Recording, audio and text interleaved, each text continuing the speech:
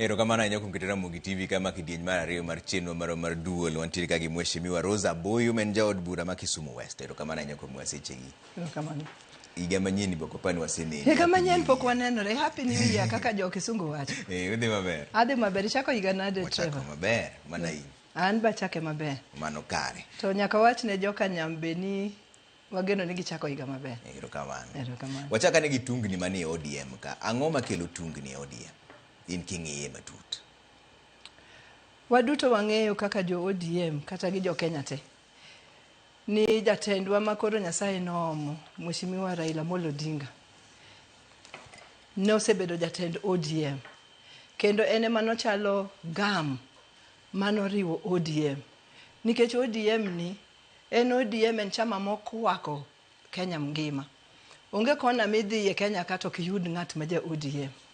Makata king'iyo polling stations mantie Kenya ka, ibo yudo ni ODM ntie gi delegates e polling station ka polling station mane Kenya ka.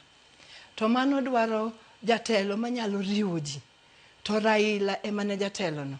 Noriwo wa kendo nomako wa kaka gam. Makodi jaluo, koda in ja Coast, koda in Masai, koda in kabila mane. To uduto ne uwinjo kagima unjo ODM kendo jo ODM maru.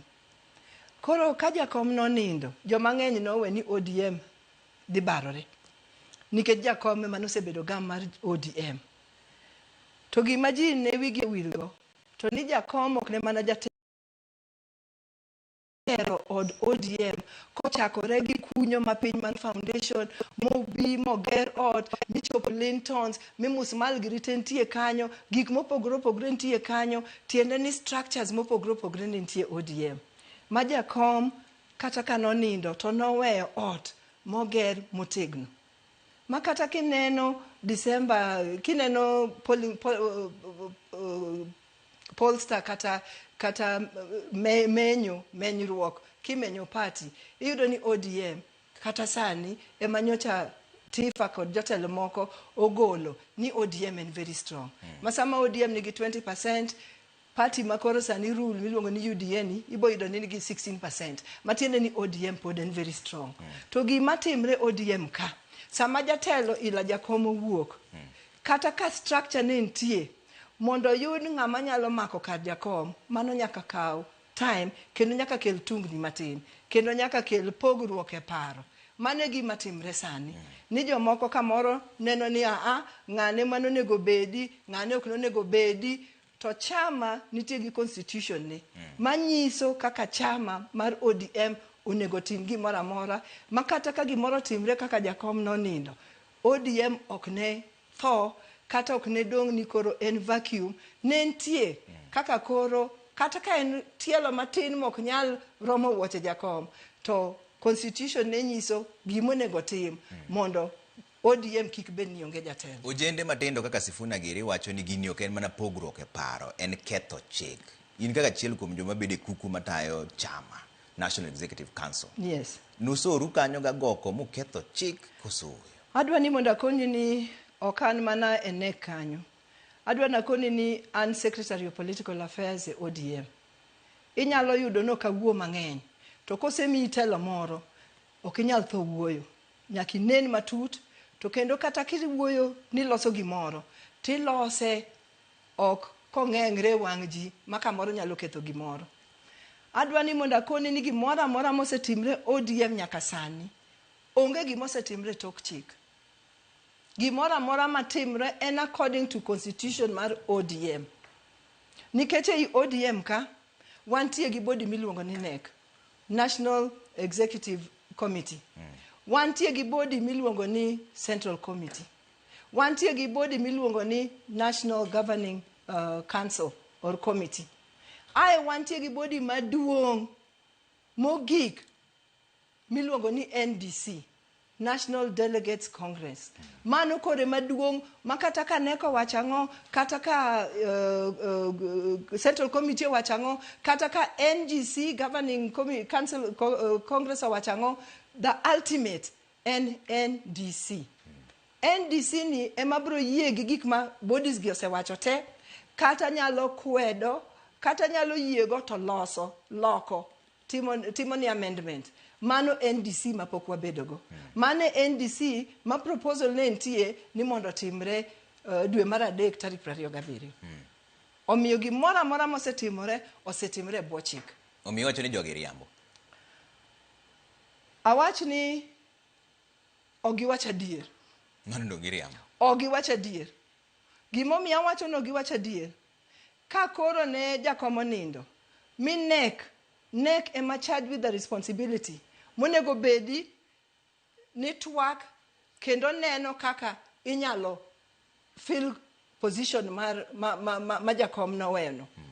To ka nek nosetimo jok masani koro wuoyo gi duto ne nitie buch nek no. Kendo chieng' no ne nitie 100% attendance. Mi decision no losi, mi Simbarati ma en governor, His Excellency Simbarati ma en governor mar Kisii, His Excellency Abdul Samad ma en governor mar Mombasa, no make proposals. Miji not work.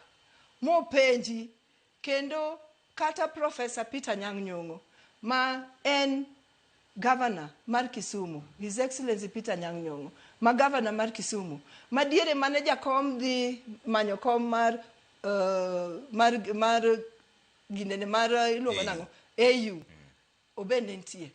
Samo penj ni proposal ni uyiego, proposal obedo seconded by Simba. Proposal ni jadi moyie gi proposal, dhano te noting'o badgi ma kata ng'ata achiel mano kwer ne onge. Sama koro wawuok kanyo, midhi som wach kata agreement ma neko tweyo. Ng'ama nosomo wachno? Sifuna ne ntiere. Nena wa former Secretary General. Ema nosomo wachno. Eno wacho ni ok en former, pod ntiere. Gima wacho no to kadhi donje nikech koro mano court to politically kaka party mar ODM to noseko ni Sifuna is a great member of the party. But for now, koro konyal bedo spokesperson mar party. Tiri embe nango, Rosa. Nikech Secretary General mar party, mana kaka jakom Raila Amolo Odinga nowacho. Secretary General mar party en a mouthpiece mar party. Tiene ni ka pato se winjre gimoro kata organs mar party se winjre gimoro, en emo convey kata en emo owuoyo gi jopiny gi members kowacho ne gi gima party ose winjore. Koro yudo ni seche duto ma party ose winjore e gik moko, tiyudo ni onyalo wuok modhi owachi. To kosewacho to oko kucha kendo koro goyo gigo. Koro ing'eni mano kelo confusion amongst members. Nikech en a spokesperson. Koro kaka no wuoyo mowacho resolution mar party, to kendo ko wuok kucha to dhi ogoyo kata wacho mopogre, ing'eni koro mano kelo tungni kata confusion e party ka. Achiel kuom gima dwa wacho, ka koro ne National Governing Council o Congress oromo Mombasa. For the first time mane pok otimore, the former Secretary General oneno ni ne ber ni mondo ji oting' muma, mondo ji oswear allegiance e positions momigino. Kendo en emane kisungu luongo ni o administer that oath. Ma ng'ato ka ng'ato makata an nomiya muma, ma en emomiya muma, kendo wasomo en emomiwa gima wasomo, eka koro idonje position ma intiere. Mi kendo kata mheshimiwa Senator Oburu ma koro party leader wa, be nomiyo mosomo, mi en emo administer that oath. Kendo koro nyocha winjo ko wacho ni party leader nitie position no. Acting. En makojo. En acting kendo en position miluongo ni party leader no mano okare. Karang'o ma no administer cha. To un kuparo kar koro ang'o ma shida ni kanye ka. Ang'o ma thago jogi. Kamoting'o Sifuna, oting'o Hamisi, oting'o Rengo, oting'o Babu Owino. En wach ma. An aparo nikech an koro adwa na wach ni party ni asebede since ne party ochakre 2005. An achiel kuom jok mosebede party ni chakre mane party chakre. Gima sene ne party ka, party dhi e mos. Ok ni dhi e mos no kiti, ok ni dhi e mos ni ok ibed gi gombo, but idhi e mos ni luri gi chike mag party. En adier ni an kaka Rosa anyalo bedo gi dwaro moro mopogre, kata paro mopogre. To democracy wacho ni ng'eny mar dhano kowinjore gimoro, to kata tin mar dhano ok noyiego, duond joma tin no bi winjo, to we mane paro mane jok mang'eny ginigo ema koro bedo paro mar miluongo ni position of the party. Koro ka party osewinjre position no, ene position makoro idhigo. Makata kano kadwar manade kendo nane tin mar kwan e winjruok mitimo no, to pod koro aling tadhi gi gima party ose decide. Koro problem ne bedo kama tin. Ni to ka koro in kata spokesperson, in ema in secretary general ma gimo ema wuoyo ne party, to saa ka saa idhi wacho gima opogre gi party mane party owacho. Koro mane makelo pogruok. To gima timore, aparo ni en mana gombo. To gombo krach. Every politician nyaka bed gi ambition. Kata tich mora mora mondiki Trevor. Ibe aneno kise kaka ni chako Citizen ka kaka insani. In gi ambition titiyo towards achieving kamidwaro no. To ken ambition monego keti ng'wech.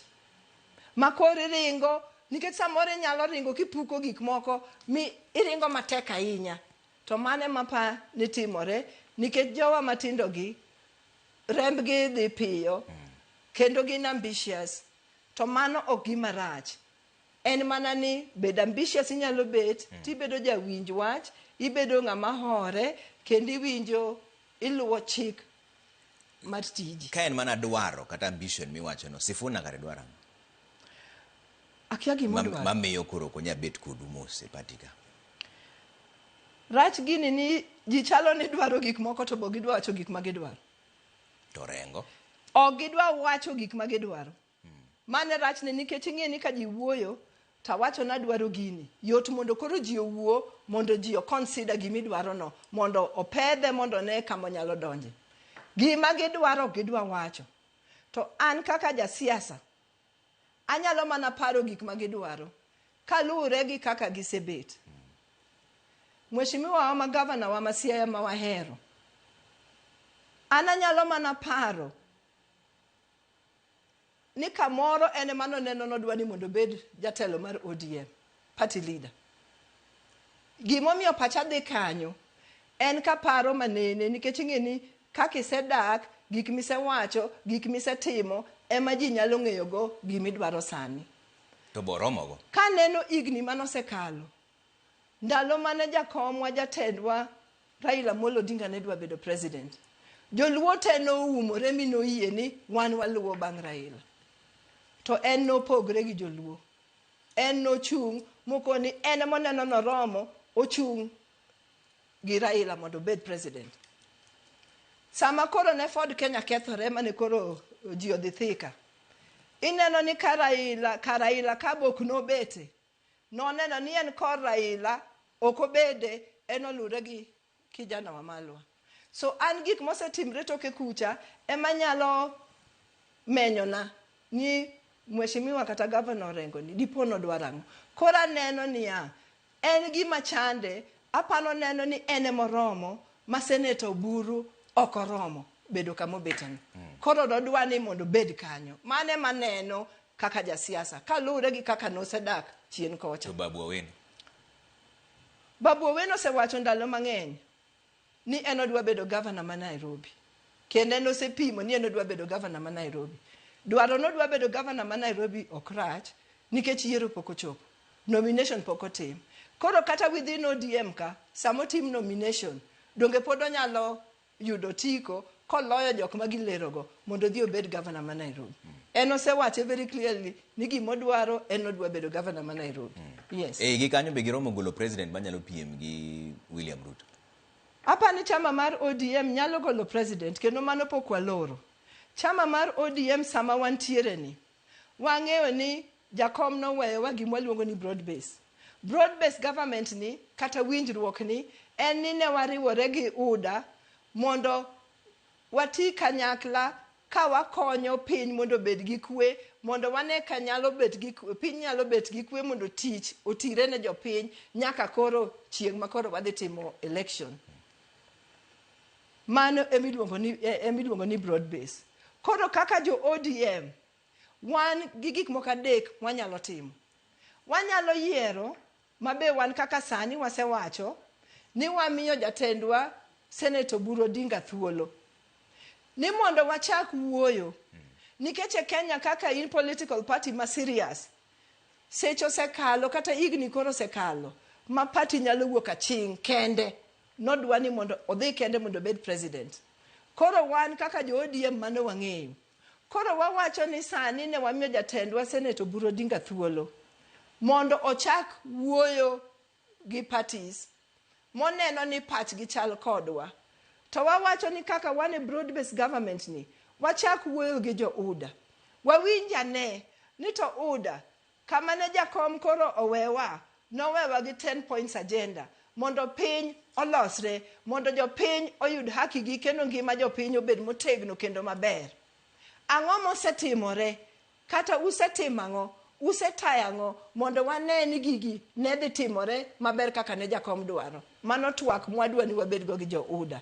To be ka udonjo nwa riwre kodu, ere kaka wanyalo choro Kenya mbele ne jo Kenya. Mano twak mwacho ni party leader gi joge moyiero gidhi giwuo gi UDA.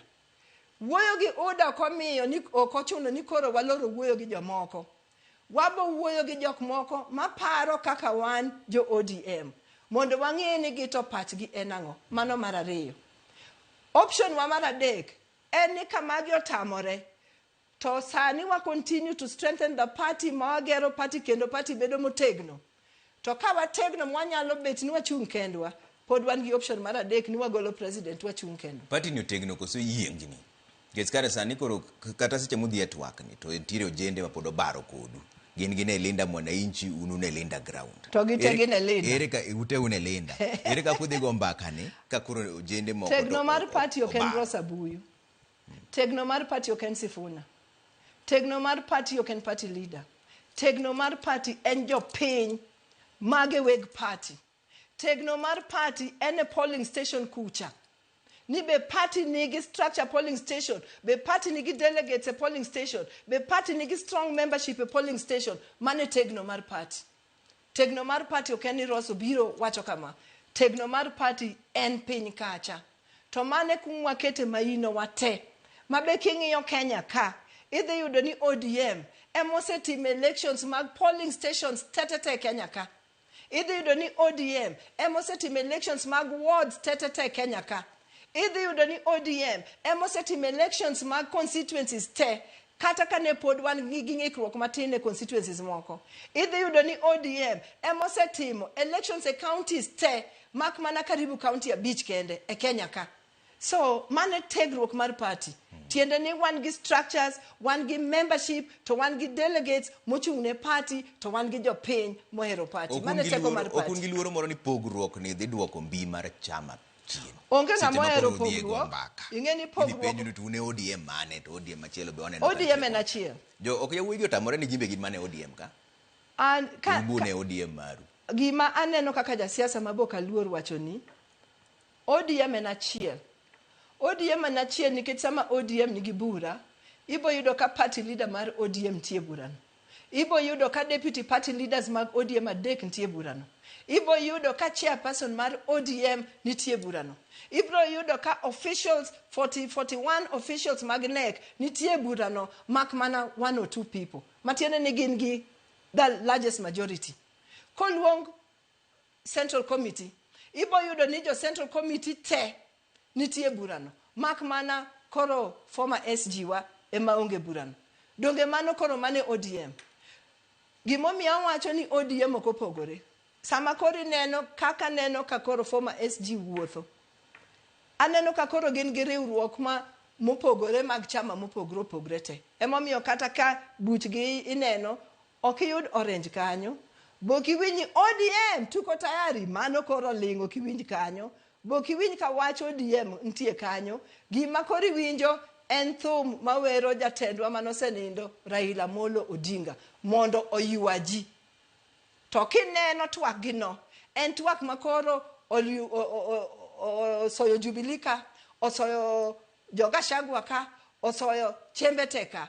Wiper be onywanda iye kanyo. Emomiyo ginyal luonge ni ODM. Emomiyo bo ginyal keto ji ni rwakuru orange nikech un ODM. Koro giloko ni mani organic. Ok ni en organic. En ni burano ken mar ODM. Koro ji tok nyal chun mondo rwak ODM. So ODM ok obarore. ODM nitiere as ODM. Kiuneno gini, jatend piny Kenya machon Uhuru Kenyatta ema ketho ODM koso jatend piny Kenya masani William Ruto ema nyiewo ODM? Penjo maber ni Uhuru ema ketho koso Ruto ema nyiewe. An kaka neno gini, anene ni Uhuru Kenyatta ne president kendo notiyo ne Kenya. Mi notieko hike 10. Sama koro notieko hike 10 no, ne gigwandre gi deputy president ne. Makoro sani en President Ruto. Gwandruok no okapani noserumo. Gwandruok no okapani noserumo. Sama koro Ruto ma president masani no donjo cooperation gi ODM miluongo ni broad based, automatically jatelo machon mane gi gwandrego no was bound to take the opposite side. This is how I see it, and that is what's playing out. Koro wan kaka oganda, wan kaka jo ODM, wadonje lweny mok marwa. Wadonje gwandruok mwakia, wadonje gwandruok mok marwa. To koro idwa ti kodwa mondo gwandruok ni otieki kata mondo scores obed settled. Mane kaka nene. Mane kaka nene ni gwandruok manotimre cha. Kata ka yiero nosetimre mi President Uhuru nosetieko tamne, okno gwandruok no okno rumo. E gwandruok mineno sani ni kaponi pod ne wagwandre kodi pok watieko, ka in kocha kata koro kata kethi kata anadoge opposite side. Mane gima timre sani. To ere kaka udago mbaka gi UDA to 10-point agenda achiel kuom gima nuwacho ne ni kik neg rowere aoyaye seche magine ng'anyo. Nyoro ka Kitengela ka noneg wuodwa ma jaluo Vincent Oyamo. Okapani mane mbaka. Ok mage gik maloso mbaka. Okapani mane part of mbaka. Nine wawacho kama tang'o momiyo mano otimre. To Trevor dwa ni mondo awach ni niya. Wan kaka oganda nikech ODM to riwo kabinde mang'eny. To wan to ka joluo ODM ni mane odwa kende. Wan kaka oganda nyakwa nen matut. Ne ni ka jakom nyocho golowa moketo wa broad based. Ka koro tulo no wuok mani luongo ni mar Gen Z cha. To noneno ni ji ne tho mang'eny. To sana bende gi nyithi luo. Ne tho mang'eny. To noneno ni joluogi oseiko nyithindo kuom igni kwa fight for democracy. Mina wacho ni no, this has to stop. Sani koro nyithindo chak tho kendo. Mo donje cooperation ni. Wuok makoro jakom no nindo. Donge tulo no wuok kendo nyoro. Ng'ama notho, nyathi jaluo. Mae momiyo wawacho ni ya. ODM ma en achiel ni. Former SG gi Mheshimiwa Rengo onego pimnwa ne jo ODM ni gin gidwa ni giterwa kanye. Gidwa ni walu kanye. Gidwa chopo kodwa kanye mondo wawinji. Mana kaka ODM motelne mama wacho ni ODM makoro telne gi party leader Oburu Odinga. Osewacho ni an kama e kama dwa tero uwe. Adwa ni mondo wachak wuoyo gi jo parties moko. Wachak wuoyo gi UDA. Kwa tieko wawuo gi jomoko. Mondo to meanwhile kwa wuoyo gi jogi, wager ODM mondo wa strengthen our structures a ground. Mondo gikone wane ni to koro wan strong enough wanyalo chung kendwa. To kok wanyal chung kendwa kaka ODM, kuom jok ma wawuoyo gogi, ere ng'ama wanyalo riworego. Mheshimiwa Oburu osenyisowa kako paro ni ODM onego dhi. Koro wapenjo Rengo. To wapenjo Sifuna. To wapenjo gi ni kara udwa ni ODM odhi kanye. Ok mane kaka ji wuoyo. Udwa ni uterwa kanye. Koso gima ne waneno nyoro cha. Kacha udwa ni uterwa mondo ganda wa kendo medtho. Nikech awinjo ka giwacho wach maandamano. Kucha udwa duoko wa ni mondo wachak wadoge ndara. Nikech adiere Kenya ka samoluong maandamano joluo ema wuoga. Nikech joluo nigi high sense of justice and fairness. To joluo be brave. To joluo ema bede forefront. Kanye udwa nuterwa mondo wamed tho. To kwase medo tho to giko ne wachop kanye. Mheshimiwa Oburu to nyisowa ni wadwa ni watim magite. Ka okwanyal loso sirikal kaka ODM no kwategna ahinya to wabed part of sirikal midhi losi. Opposition a very clear path. Opposition wacho ni tich abich gidhi ng'anyo mondo gikwed police kuom nego rowere aoyaye. Mae gima ODM no chung'ne. Ang'o makoro ODM ok nochung' ne mandamano. Nochung' ne kwedo gik ODM ok nochung' ne mandamano. ODM nochung' ne kwedo injustice. Exactly. To ODM ne temo different ways. Maginyalo nyiso government ni injustice nyaka stop. Gisedhi e ndara. To ndara no ne pok oloso gimoro. Ndara no osechopo mana kama nyithindwa osethoe. Trevor, in wuod Nyakach. Mona di moseywa ka iko nyithindgi Nyakach. Mang'eny. Kisumo ka Kondele ka nyithinda di mosego gi lisasi. Motho. Koro wan kaka joluo. Mago wasetemo te. To ne pok ochopo kama ne wadwa ni wachope. Emomiyo Mheshimiwa Raila Amolo Odinga nodwa wuoyo ema ne 10-point agenda gi obiro ne. Sama koro wadhi wuoyo gi jo UDA, wadhi penjo gi ni to 10-point agenda mane kelonwa kwe, 10-point agenda mane kelonwa compensation, 10-point agenda mane kelonwa NADCO report mondo bed affected, 10-point agenda mane imanyonwa youth empowerment. Ang'o gang'o mosetimre, ang'o gang'o modong', mane wuoyo makoro wan go gi jo UDA. To kuwacho nwa ni magi ma pok otimre ni pod odong', kara ng'o ma wanyalo time ma, to nyaka wane dalili ni ma dhi timore. Mane wuoyo ma wantiego gi jo UDA. Achiel kuom mbaka mudwa goyo en mondo miu jalup jatend piny Kenya. To ng'eny gi oseba wach ka giwacho ni ere kaka udwaro jalup jatend piny Kenya sani kaka ODM.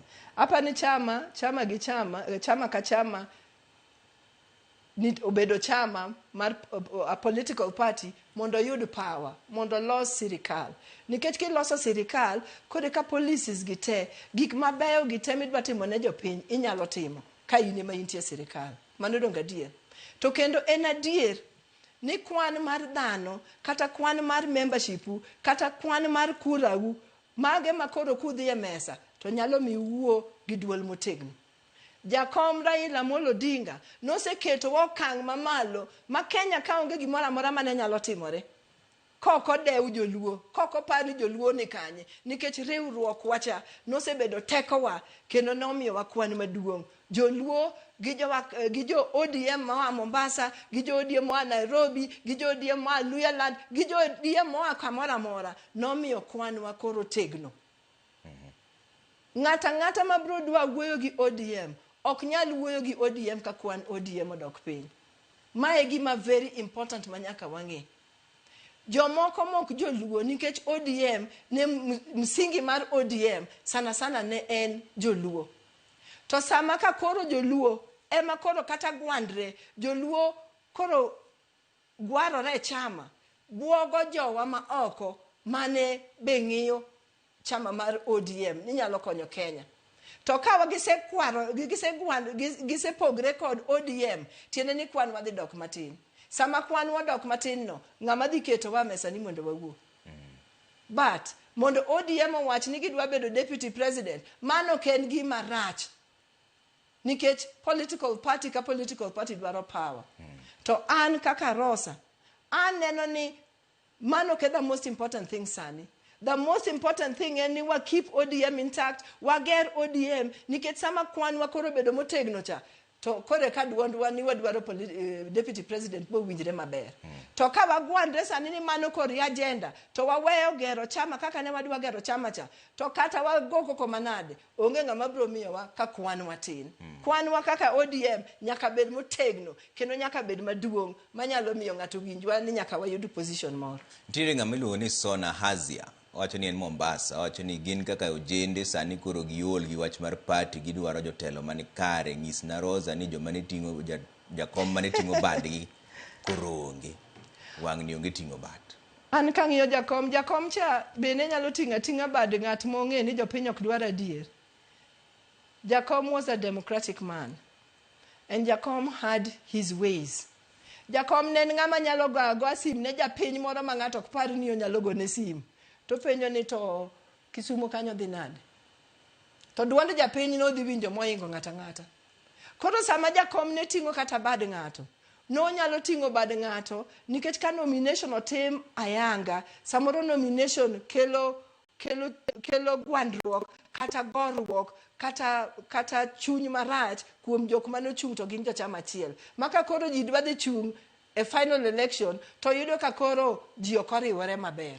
jakom ne nyalo neno ni we monda tim nonro na nikech ne nitie gi different ways monyalo timo go nonro watim nonro na monda ne ni ng'ama kaber omiyo tiko mar ODM to nyalo dhi mbele michung'ne ODM maber motegno. So it's not a matter ni jakom onge ni madhi tingo bad ng'ato to gimo wacho mar adier en ni power en mar jopiny emong'e ni ng'ane osetiyo na maber kata jopiny emong'e ni ng'ane nyalo tiyo nwa maber gine ma gibro yiero ng'ama gineno nyalo tiyo negi maber omiyo gimo wacho no en adier in as far as power mantie mar jopiny. Machielo bende kani Trevor kona ne Rozaah Buyu ni ka gidwa ni ODM odhi nyime to nyaka gimany Babu Owino.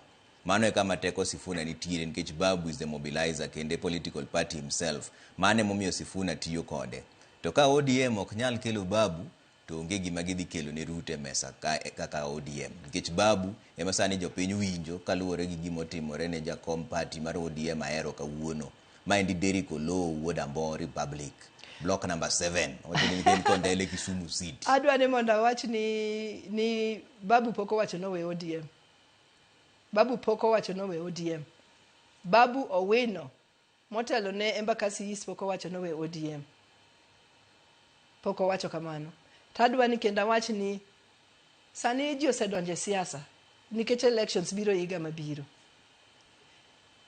Jakom ne oa Kisumu kadhi Homa Bay to nodhi gi mtoka to jahero chunge to wuoyo kodgi kane neno namba mag jahero manochung ka wuoyo gi jakom kata ka winjo gima jakom wacho negi ne namba mang'eny sidang' kinena neno clip moro mar japar ji 20 moko ka wacho weche moko sani en sa siasa sama ji 10 nyalo wuoyo go to an ka an jatend japar go to kanye malinge magoyo video to kora golo ni nigo ne jakom koko adwa ni mondo inegi manotimre ahero kendo kaka ne jakom obedo received jakom no bedo received kech bed mane dala gi jakom kuma osedongo kendo kuma osedake kuma parents ge nosetime business ma jogo norwake gi sironyo kaneno ni girwako nyargi kendo girwako jatend party mar ODM magin be mane gichunge ndara gine mane gichunge ndara nikech ka jakom koro dhiyo mabei okinge na hero kata manyako luko wa Kisumu yes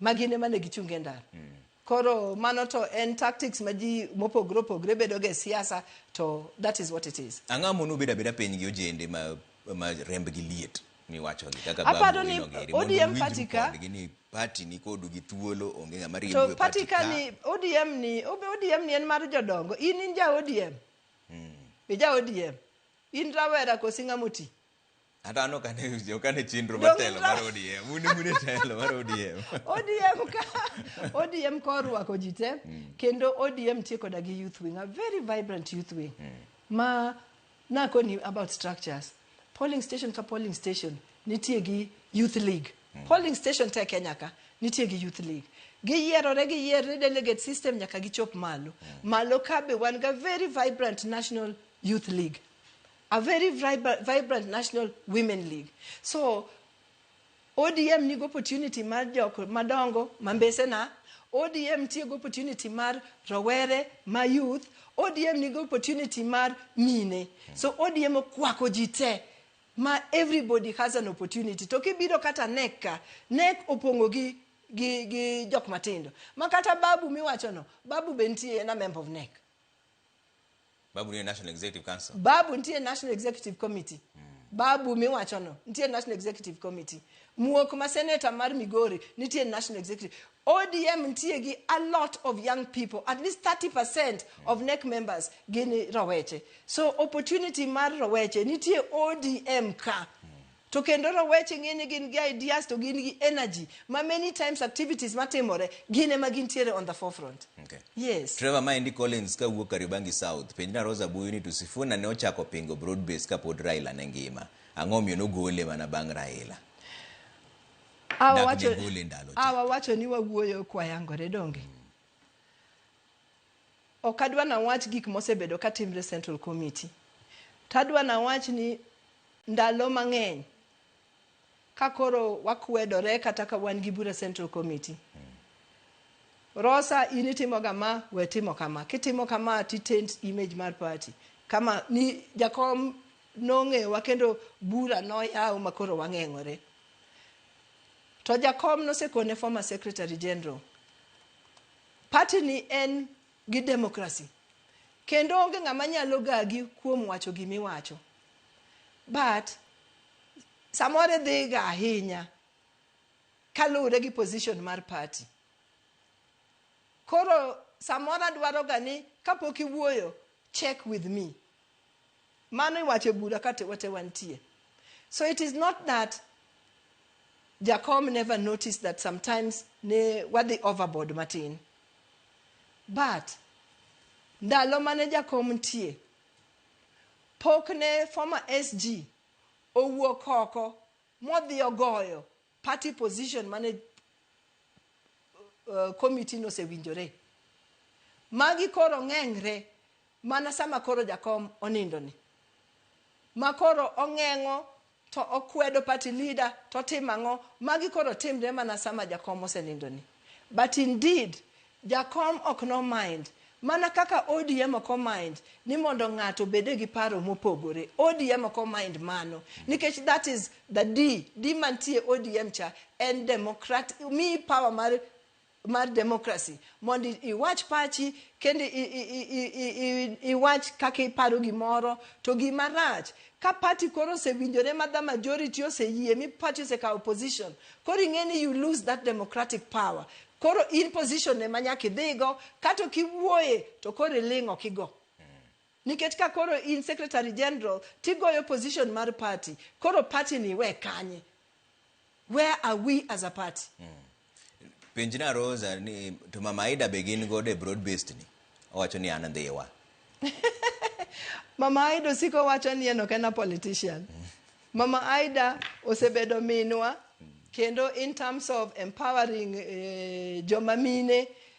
nyiri matindo osekawo that line kabisa mabe many of us women makoro ntie telo sani wantie telo gi jip mar Mama Aida to kaka Mama Aida siko wacho ni en siasa ching ok ne kare ni Jacom manager siasa but obviously Mama Aida is very alive to politics to kane Jacom oketo wa broad based okapani dinotimo mano kok dine gigombaka gi Mama Aida nikech waduto wang'eni Mama Aida gi Jacom ne very close and apani ne gigombaka gik mang'eny koro ang'eyo ni kata mbak broad base gi nyaka bed ni ne ginyalo bet ni ne gigoyo. Okay.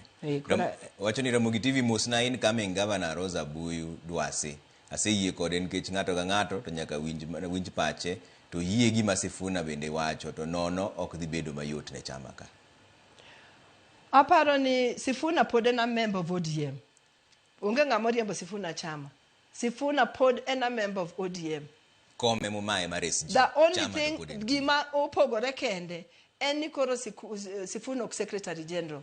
Nikech conflict man en go matin ni dwache opogore gi gima party dwaro. Mano kende to secretary general nyaka bet spokesperson mar party. But Sifuna pod en a strong member of ODM. Mane ji to sama ODM wuoyo pod Sifuna ntie kanyo mondo ji owuo mondo ji owinjre gima koro ogole lwete en mana koma secretary general. Tiri machielo bende Trevor penjina mheshimiwa ni ODM ok dwar Babu Owino nang'o. Wach 10 point agenda ni to onge geno yawa an kola wuod nyaudendi ka Kibuye. Watch 10 point agenda nigi geno especially kama an na chunje kabisa nen kar compensation nikech aparo ni compensation no ne ok nyal duoko jowa manosenindo to compensation ne nyalo ywe pi wang kendo kelo hoch moro matin koro compensation ni sirikal no se donje ni ne dhi timo compensation mak mana ni court koro no chungo compensation no ni sirikal ok nyal time nikech gionge structure mitimego koro jo ODM no bangura mane wantie go Kilifi cha jo ODM no wacho ni compensation ni nyaka time kata ka sirikal ok nyal time to wantie gi bodies ma nyalo bedo kaka Human Rights of Kenya mago bodies minyalo channel pesa kanyo to nyalo timo compensation koro mano ang'eni one of the things ma ODM manyo kaka yo ma inyalo timgo compensation koro to okadwa ni mondo chal na wuoyo ne sirikal but kaneno kaka ni wacho weche youth empowerment aneno ka sirikal be koro timo gik moko matemo inua yudhe matemo inua youth kodo ko inua gite to gin programs ma targeted ni mondo inua youth koro magi aparo ni gik ma broad based emakelo. Okay. Trevor, anana tok Rozaah Buyu kod jolinda ground. Joluo nyaka bede sirikal kata los sirikal. Kone mama ni wane tok gi kik gibed gi buok mora mora. Ma Dennis ka Garden Estate. Udhi timo nang'o mondo mi jo chamo bed gi chir ni chama ni ok dhi barore. To podun ka mora chia. Trevor, adwa ni weya mana mondo ang'eyo ni ne wawacho ni chama mar ODM ni en chama mar kabinde mang'eny. To joduo e msingi mar chama ni. Ang'e ni wach ni en wach ma samoro kidwa wache tiwinjo ka obuogo dendi matin. Mae kama joluo nyalo yude konyruok chama mar ODM. To en gima jakomo wewago. Jakomo omiyo Kenya ngimane to kaka joluo gima jakomo wewago maduong' en riwruok kaka oganda. To riwruok wa kaka oganda ni owewa mana ODM ka. Ma wan kaka joluo onego watim gimoro amora mwanyalo timo to kik waketh riwruok wani. Nikech wang'eyo ni piny luo ne onge dongruok nikech nowewa ni wan jo opposition. Kiwacho nwa ni siasa mbaya maisha mbaya. Jakome mochiwo ngimane mondo loko ma ne joluo. Wan joluo wang'eyo ni wasetho kendo king'iyo demokrasi kata kama Kenya osechopeni. Joluo mosekelo Kenya ka. To kokelo nono kelo gi rembgi. Omiyo an kaka miyo monyuol. An kaka jasiasa. An kaka ja ODM from 2005. An kaka ng'ama oseneno gima jakomo osetimo ne Kenya ka. Ng'ata manoyie gi gima jakomo osetimo ok nyal dwaro nowuoge ODM. Ng'ata jaluo mora mora man gadiera ni noluwo jakom ok nyal pogre gi ODM nok gidwa party leader moburo dinga. Ng'ama dwa ni mondo pog joluo nyaka nyiswa kuma dwa teri oganda. Jakom to koro onge manyalo biro wuoyo gi joluo kendo. Jakom onge manyalo biro miriwa kendo. To seweyo wa gi mich motegno. Koro jaluo mora mora madwa ni mondo pog oganda nyaka nyiswa kuma dwa teri oganda. To kuma dwa teri oganda no nyaka bed kuma ber goganda o kuma ber kode wuon. Kuma dhi konyo oganda. To nyaka bed kama oganda wok dhi thoye to oganda wa dhi yudo konyruok. Mane kama ng'ata madwa wuok ni dwa telo ne joluo nego nyiswa. Jatend migawo mar omenda John Mbadi kawuono noromo gi joluo ma jatend joluo ma Nairobi ka. To nowacho ni koro gin giikore mar telo ne joluo e mbaka gi sirikal. Mano ber wach murwako koso udwa timo nang'o. Mbaka ni udhi goye nang'o ma e penjo mapenjo. Udhi rwako adwa na wach ni Mheshimiwa Mbadi makoro en CS wa ne en chairperson mar ODM. To gisani koro ken chairperson mar ODM. En koro en executive dongi. Sama koro dhi yud jok ma dhi wuoyo on behalf of the party ODM dhi wuoyo gi UDA. Atimo mos kadwa na wach ni jok mantie executive ok bi bedo part of that parties ginene. Gino kudwar gi mbaka. Ok nok wadwar gi, wawacho kaka chik. Gimomiyo wacho kamano, ka gin executive, jatelo magi report ne donge en the president directly. Donge. Koro gimi jok mok report in the president directly opportunity mondo ta wuoyo gi UDA. Nikech gin gidhi bedo gi conflict of interest. Conflict of interest nikech ma jatendu ene mutimo gimodwaro kendo ang' nade kudwa gwenyoru kata wach bo bedo matek matin. Tadwa na wach ni ODM nitie gi jok motegno. To Mbadi, Mheshimiwa Mbadi, Mheshimiwa Wandai, Mheshimiwa Paranya, Mheshimiwa Joho, Beatrice Asikul, mago ne jo ODM. Pod ginyalo chiwo advice kata sama ji dhi wuoyo. To ginyal bede forefront of that negotiation. Nikech upero ni giluoro jatendgi. Ok ni giluoro. Chik nyaka in dongi luoro kamiti ni dongi nge jatendi. Donge gima jatendi owacho ma nyaka tim nikech itiye buoye. Ang bet nade ni kenji idhi kamoro kendo ni dwa discuss jatendi whether otimo tijno maber, tij 10 point agenda maber, whether ngomo donge koro conflict of interest bedo kanyo matin. Pono no ni okuyudo kom mar jalup jatend piny Kenya ni. Mpaka ni dhi kethore. Ana se wacho ni wan kom mar jalup pok wa decide ni jalup Kenya no jalup president mwadwaro. Awa wacho ni ka ODM oger motegno ma wanyalo ndwa pod wanyalo bedo gi president. Mugol kata Ruto. Mwagol kata Ruto no. Mano dong koro dhi. To kapo. Dhi riwruok gi ng'agere koro. Donga wacho ni wantie gi gik moko adek. Wadwa ni mondo wakwong wawuo gi UDA. Aye ka wasewuoyo gi UDA, wadhi wuoyo gi other like-minded parties. To meanwhile wagero chama wa. To kwa yudo ni chama wa ni osegerore mi wan gi ng'ato mabe koro nyalo chung'. Ang'o ma mone chung'? Okay. Wach mogik miwe wago. Sa koro ma wawango. Wach mogik miwe go. Trevor dwa mana wacho. Yep. ODM e chama mosebedo ka for igni 20. Onge chama moro mosebedo e Kenya chama biro kata coalition biro to bang election kosetim tiyudo ni gikethore kendo ji dhie moro. To ODM Kisungu would say has stood the test of time for 20 years. ODM miyo Kenya bedo ga very good story on democracy. ODM miyo Kenya bedo ga very good story on development of political parties. And it is in our interest ni mondo wa safeguard ODM. Tadwa na wach ni ODM kotelnegi gi jatendwa ma party leader Senator Buro Dinga to gi deputy leaders wa adek ka wayudo Abdul Samad, wayudo Simba, Erogo Sotsi to gi chairperson wa miluongo ni Governor Gladys Wanga. ODM is strong and ODM can go places. To ODM okoloro thought ni kik mondo which suggestions mondo donji. ODM ong'eyo ni views mag members mag ODM o matter. Koro kata mage jotendwa mwaketo mbele ok ni gik mage dwaro emitimo. Gik ma jo party dwaro emitimo. Emomiyo wan gi different kaminyalo tere wachni, wan gi mainstream kaminyalo tere wachni, to wan gi NEC kaminyalo tere wachni, wan gi Central Committee kaminyalo tere wachni, wan gi NGC kama wach pod inyalo lose, to wan gi NDC makoro kwako ji mang'eny, makoro weche duto mosewachi ok nyal timore mak mana kokadh gi NDC. So ODM nigi structure maber ma kawo winjruok kata wacho kata paro mag jok mopogre opogre. ODM ni kaka joluo wan waonge chama moro mwadhiye.